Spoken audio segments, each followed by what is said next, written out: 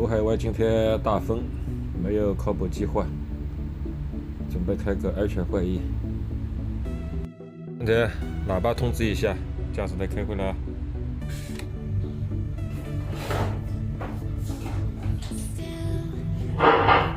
兄弟们，驾驶台开会了啊！除了当班的以外，驾驶台开会，驾驶台开会了。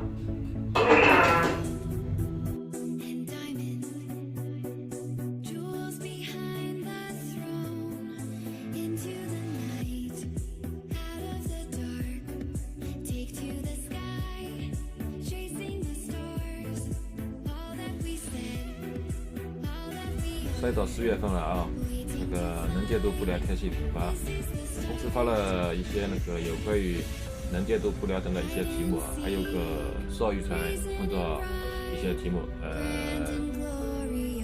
是二维码，我那个分享到群里面了啊，大家有空注意一下，特别是在甲北部的啊，特别是甲北部的。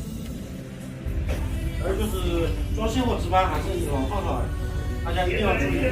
每次起报之前啊，阀门啊，起报之前通知马上装货之前，阀门从头到尾整个流程都要检查一下，要防止哪个阀门没开。其他都是老套了，大家都知道的东西，先开后关，注意就行了。生活区里的每个人进出了门的手臂扶一下，鼓一开门人出去，砰出了一个砰。